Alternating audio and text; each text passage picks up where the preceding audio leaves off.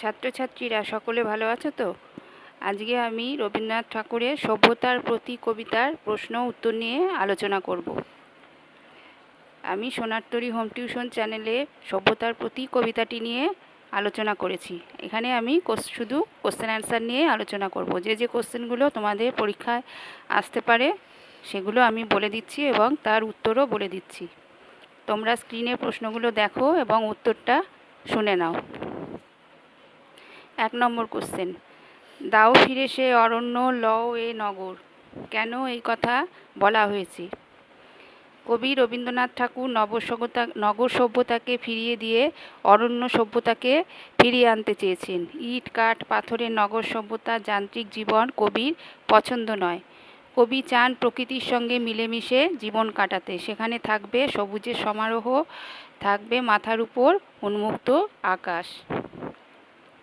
অরণ্য এবং নগর এর একটি করে সমার্থক লেখো। অরণ্য হলো বন আর নগর হলো শহর। বক্তব্যটির মর্মার্থ লেখো। কবির নগর সভ্যতা পছন্দ নয়। কবি বুঝতে পেরেছিলেন মানুষ অরণ্য ধ্বংস করে ইট কাঠ পাথরের নগর সভ্যতার সৃষ্টি করেছে। এইভাবে অরণ্য ধ্বংস হওয়ার ফলে মানুষের জীবনে নেমে এসেছে বিপর্যয় এবং সে অরণ্য আমাদের বেঁচে থাকার প্রয়োজনীয় অক্সিজেন যোগান দেয়। সেই অরণ্য ধ্বংস কবির হৃদয়কে ব্যথিত করেছে। তাই কবি বলেছেন, দাও ফিরে সে অরণ্য লও এ নগর। এবার 2 নম্বর কোশ্চেন, লও যত লোহ লোষ্ট কাষ্ঠ ও প্রস্তর হে নব সভ্যতা। লও কথাটির তাৎপর্য লেখো। কবি রবীন্দ্রনাথ ঠাকুর সভ্যতার মানুষের প্রতি আবেদন জানিয়েছেন, বলেছেন যে লও অর্থাৎ নিয়ে যাও এই নগর সভ্যতা। ইট কাঠ পাথরের এই নতুন সভ্যতা কবির পছন্দ নয়। কবি অরণ্য সভ্যতাকে ফিরিয়ে আনতে চাইছেন। তাই বলছেন, লও যত ইট কাঠ পাথরের এই সভ্যতাকে ফিরিয়ে নিয়ে যাও। লৌহ লোষ্ট কাষ্ঠ ও প্রস্তর এগুলো কিসের প্রতীক? লৌহ হলো লোহা, লোষ্ট হলো মাটির ঢিল, কাষ্ঠ হলো কাঠ আর প্রস্তর হলো পাথর। এগুলি আধুনিক যুগের নগর সভ্যতার প্রতীক। এগুলি দিয়েই তৈরি হয় নগর সভ্যতার প্রাসাদোপম অট্টালিকা। নবসভ্যতা বলতে কি বোঝায়? নবসভ্যতা বলতে আধুনিক নগর জীবনের সভ্যতার কথা বলা হয়েছে। যে সভ্যতা ইট কাঠ পাথর দিয়ে তৈরি, যে সভ্যতা যান্ত্রিক, যে যান্ত্রিকতায় থাকতে থাকতে মানুষের মধ্যে গ্রাস করে হতাশা। কবি এই অরণ্য ধ্বংস করে গড়ে ওঠা সভ্যতাকে নবসভ্যতা বলেছেন। 3 নম্বর কোশ্চেন, দাও সেই তপবন পূর্ণ ছায়ারাশি। কার লেখা কোন রচনার অংশ? এটি রবীন্দ্রনাথ ঠাকুরের লেখা সভ্যতার প্রতি কবিতার অংশ। কবি কেন তপবনের পূর্ণ ছায়ারাশি চেয়েছেন? কবি কবিতায় তপবন কেন্দ্রিক জীবনকে ফিরিয়ে আনতে চাইছেন। প্রাচীনকালে তপবনে ছিল কত মুনি ঋষিদের তপস্যাস্থল। তারা অরণ্যের মাঝে প্রকৃতির মাঝে জীবনযাপন করত। তাদের খাদ্য ছিল গাছের ফলমূল, বস্ত্র ছিল গাছের ছাল। এভাবেই তারা জীবন কাটাত। আধুনিক সভ্যতাকে সেই তপবন কেন্দ্রিক সভ্যতায় কবি ফিরিয়ে নিয়ে যেতে চাইছেন। সেই প্রকৃতি ছিল কত পবিত্র। বহু গাছ মিলে যে ছায়ারাশি পড়ে তাও ছিল কত শান্ত। সব মিলিয়ে প্রকৃতির মাঝে একটা সুন্দর শান্ত পবিত্রতা ভরে থাকত। কবি এই কারণেই তপবনের পূর্ণ ছায়ারাশি চেয়েছেন। তপবন সম্পর্কে টিকা লেখো। মুনি ঋষিরা তপবনে আশ্রম নির্মাণ করে ধর্মচর্চা ও শাস্ত্রপাঠ করতেন। অনেক শিক্ষার্থী তপবনের আশ্রমে থেকে গুরুর কাছেও বিদ্যাশিক্ষা লাভ করতেন। 4 নম্বর কোশ্চেন, গ্লানিহীন দিনগুলি সেই সন্ধ্যাস্থান। কোন দিনগুলি গ্লানিহীন এবং কেন? তপবনের দিনগুলি গ্লানিহীন কারণ সেখানে ছিল না নগর জীবনের কোলাহল, যান্ত্রিকতা। নদীর জল, গাছের ফলমূল এবং বস্ত্র বলতে ছিল গাছের ছাল। এই ছিল তাদের সভ্যতার প্রধান বস্তু। কবি সেই দিনগুলো তখন কাটত খুব শান্তির মধ্যে। কোনো গ্লানি অর্থাৎ ক্লান্তি সেই সভ্যতায় ছিল না। সন্ধ্যাস্থান কথাটির তাৎপর্য লেখো। সন্ধ্যাস্থান হলো সন্ধ্যাবেলা স্থান। সারাদিনের কাজের পরে অনেকে সন্ধ্যাবেলায় স্নান করে পুজোর দীপ জ্বালায়। সব মিলিয়ে একটা পবিত্রতা অনুভূত হয়। সেটা তপবনের মুনি ঋষিরাও করে থাকত। এর মধ্যে কবির কোন দৃষ্টিভঙ্গি প্রকাশিত হয়েছে? কবি নগর সভ্যতার কোলাহল ভিড় থেকে দূরে সরে এক সুন্দর শান্ত পরিবেশে জীবন অতিবাহিত করতে চেয়েছেন। সেখানে থাকবে গাছের ছায়ার স্নিগ্ধতা, থাকবে পবিত্রতা, কোনো ক্লান্তি সেখানে থাকবে না। 5 নম্বর কোশ্চেন, সেই গোচারণ সেই শান্ত সামগান। গোচারণ শব্দের টিকা লেখো। গোচারণ কথাটির অর্থ হলো গরু চরানো। রাখাল বালকেরা মাঠে গরু নিয়ে গোচারণ করতে যায়। প্রাচীনকালে তপবনে ছাত্ররা গুরুগৃহে থাকাকালীন বিদ্যাশিক্ষা লাভ ছাড়াও জমির ফসল দেখাশোনা করত এবং গোচারণও করত। সামগান কথাটির তাৎপর্য লেখো।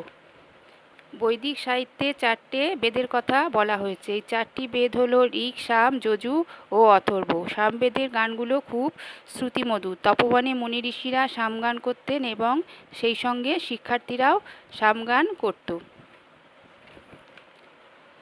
বক্তার কোন দৃষ্টিভঙ্গি এতে প্রকাশিত হয়েছে? রাখাল বালকদের গরু চড়ানো, মুনি ঋষিদের সামগান শোনা, এগুলো ছিল তপবন কেন্দ্রিক সভ্যতার প্রধান কাজ। কবি এই তপবন কেন্দ্রিক সভ্যতায় ফিরে যেতে চাইছেন। এগুলোর মধ্যে প্রতিদিনের নিয়মনিষ্ঠ এবং শান্ত সুন্দর ভাব বজায় থাকত, যা নগর জীবনের যান্ত্রিক কোলাহল থেকে দূরে ছিল। 6 নম্বর কোশ্চেন, নিবার ধান্যের মুষ্টি বলকল বসন। রবীন্দ্রনাথের রচিত 2টি কাব্যগ্রন্থের নাম লেখো।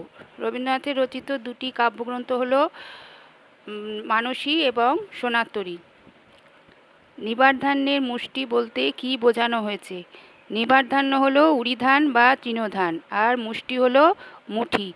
মুঠিতে করে তৃণধান ধরা বা যা তপবন কেন্দ্রিক সভ্যতায় মুনি ঋষিরা করতে থাকতেন। একটা সুন্দর পবিত্র ভাব সেখানে দেখা যেত। বলকল বসন কোন প্রসঙ্গে ব্যবহৃত হয়েছে? তপবনের সভ্যতায় মুনি ঋষিরা আগে বলকল বসনই পরে থাকতো। বলকল বসন হলো গাছের ছালের আচ্ছাদন। আদিম যুগের গুহাবাসী মানুষ সভ্য হওয়ার সঙ্গে সঙ্গে গাছের ছাল পরতে শুরু করে। তপবনের শিক্ষার্থীরাও গুরুগৃহে থাকাকালীন গাছের ছাল পরিধান করত। 7 নম্বর কোশ্চেন, মগ্ন হয়ে আত্মমাঝে নিত্য আলোচন মহাতত্ত্বগুলি। কবিতাটি কোন কাব্যগ্রন্থের অন্তর্গত? কবিতাটি চৈতালি কাব্যগ্রন্থের অন্তর্গত। কি নিত্য আলোচনা হয় এবং কিভাবে? মহাতত্ত্ব নিয়ে আলোচনা হয়। ধর্মকথা ও তপবন কেন্দ্রিকের মুনি ঋষিরা প্রতিদিন শুনত। তারা সেই নিয়েই নিজেদের মধ্যে আলোচনায় মগ্ন থাকত। কোনো কোলাহল বা হিংসা মারামারি তাদের মধ্যে ছিল না। তারা নিজেদের তত্ত্বকথা বা শাস্ত্রকথা শুনত এবং নিজেরাই তাই তাদের নিজের হৃদয়ে অনুধাবন করত। মহাতত্ত্ব সম্পর্কে টিকা লেখো। মহাতত্ত্ব হলো ধর্মীয় বা শাস্ত্রীয় কথা। মহাতত্ত্ব শ্রবণ করলে মন ও শরীর উৎফুল্ল থাকে, মানুষ ভালো জিনিস সম্পর্কে জ্ঞান লাভ করে। 8 নম্বর কোশ্চেন, পাষাণ পিঞ্জরে তব নাহি চাই নিরাপদে রাজভোগ নব। পাষাণ পিঞ্জর কি? পাষাণ অর্থে পাথর এবং পিঞ্জর অর্থ হলো খাঁচা, অর্থাৎ পাথরের খাঁচা। কবি ইট কাঠ পাথরের এই যে নগর সভ্যতার বড় বড় অট্টালিকা গড়ে উঠেছে, একে পাথরের খাঁচা বলছেন। এবং এই পাষাণ পিঞ্জরে কবি আবদ্ধ থাকতে চান না। বক্তা কেন নিরাপদে থাকতে চান না? কবি জানেন যে পাষাণ পিঞ্জরে থাকলে আধুনিক জীবনের সব সুযোগ সুবিধা ভোগ করা যাবে, কিন্তু কবি সেই নিরাপদ আশ্রয় চান না। তিনি চান স্বাধীনতা, হিংসা, কোলাহল থেকে দূরে তপবন কেন্দ্রিক এক সভ্যতা। রাজভোগ কোন অর্থে ব্যবহৃত হয়েছে? এখানে রাজভোগ অর্থে প্রতিদিনের উৎকৃষ্ট খাবারের কথাই বলা হয়েছে। কবি জানেন এই নগর সভ্যতায় থাকলে তিনি অনেক উৎকৃষ্ট খাদ্য পাবেন, কিন্তু পাবেন না অরণ্যের শান্তি, সৌন্দর্য ও প্রকৃতি। তাই এখানে রাজভোগ কথাটি ব্যবহৃত হয়েছে। 9 নম্বর কোশ্চেন। চাই স্বাধীনতা, চাই পক্ষের বিস্তার, বক্ষে ফিরে পেতে চাই শক্তি আপনার। বক্তা স্বাধীনতা চান কেন? কবি রবীন্দ্রনাথ ঠাকুর নগর সভ্যতার যান্ত্রিকতা পছন্দ করেন না। তিনি চান স্বাধীনতার উন্মুক্ত আকাশ, যেখানে পাখি যেমন আকাশে ডানা মেলে উঠতে পারে এবং যেখানে খুশি যেতে পারে, কবি সেরকমই পাখির মতোই স্বাধীনতা চান। পক্ষের বিস্তার করে বক্তা কি করবেন?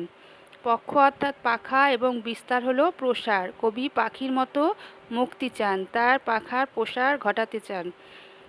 অর্থাৎ পাখি যেভাবে আকাশে মুক্ত আকাশে ডানা ঝাপটায়, কবি সেভাবেই ডানা ঝাপটাবেন। অর্থাৎ নাগরিক জীবনের বন্ধন থেকে তিনি দূরে সরে গিয়ে এক মুক্ত জীবনের স্বাদ পেতে চান। শেষ পংক্তিটির অর্থ পরিস্ফুট করো। কবি নগর সভ্যতার বিরোধী। কবি নিজের বুকে ফিরে পেতে চান শক্তি। সেই শক্তি দিয়ে তিনি জীবনের প্রয়োজনীয় উপকরণ প্রস্তুত করতে চান। অর্থাৎ তিনি নিজের শক্তিতে কাজ করবেন। যন্ত্রনির্ভর জীবন কবির পছন্দ নয়। 10 নম্বর কোশ্চেন। পরাণে স্পর্শিতে চাই ছিড়িয়া বন্ধন, অনন্ত এ জগতের হৃদয় স্পন্দন। বক্তা কিসের বন্ধন ছিঁড়তে চান? বক্তা রবীন্দ্রনাথ ঠাকুর নাগরিক সভ্যতার বন্ধন ছিঁড়ে ফেলতে চান। তিনি তপমান কেন্দ্রিক সভ্যতার জীবন কাটাতেই পছন্দ করেন। এ জগৎ অনন্ত কেন? কবির কাছে এ জগতের কোনো শেষ নেই। জীবনে মানুষের অনেক কিছু করার আছে। সভ্যতার যান্ত্রিকতায় আবদ্ধ হয়ে তিনি শেষ পর্যন্ত জীবনের শেষ দেখতে চান না। অনন্ত এই জগতের হৃদয় স্পন্দনকে তিনি অনুভব করতে চান মুক্ত হয়ে। হৃদয় স্পন্দন বলতে বক্তা কি বুঝিয়েছেন? হৃদয় স্পন্দন হলো হৃদয়ের কম্পন। নাগরিক সভ্যতা থেকে দূরে তপমান কেন্দ্রিক সভ্যতায় কবি নিজের আশ্রয়স্থল তৈরি করতে চান, যেখানে অনুভব করতে চান মানুষের হৃদয়ের স্পন্দন। আজ তাহলে এই পর্যন্তই। ভালো থেকো সকলে।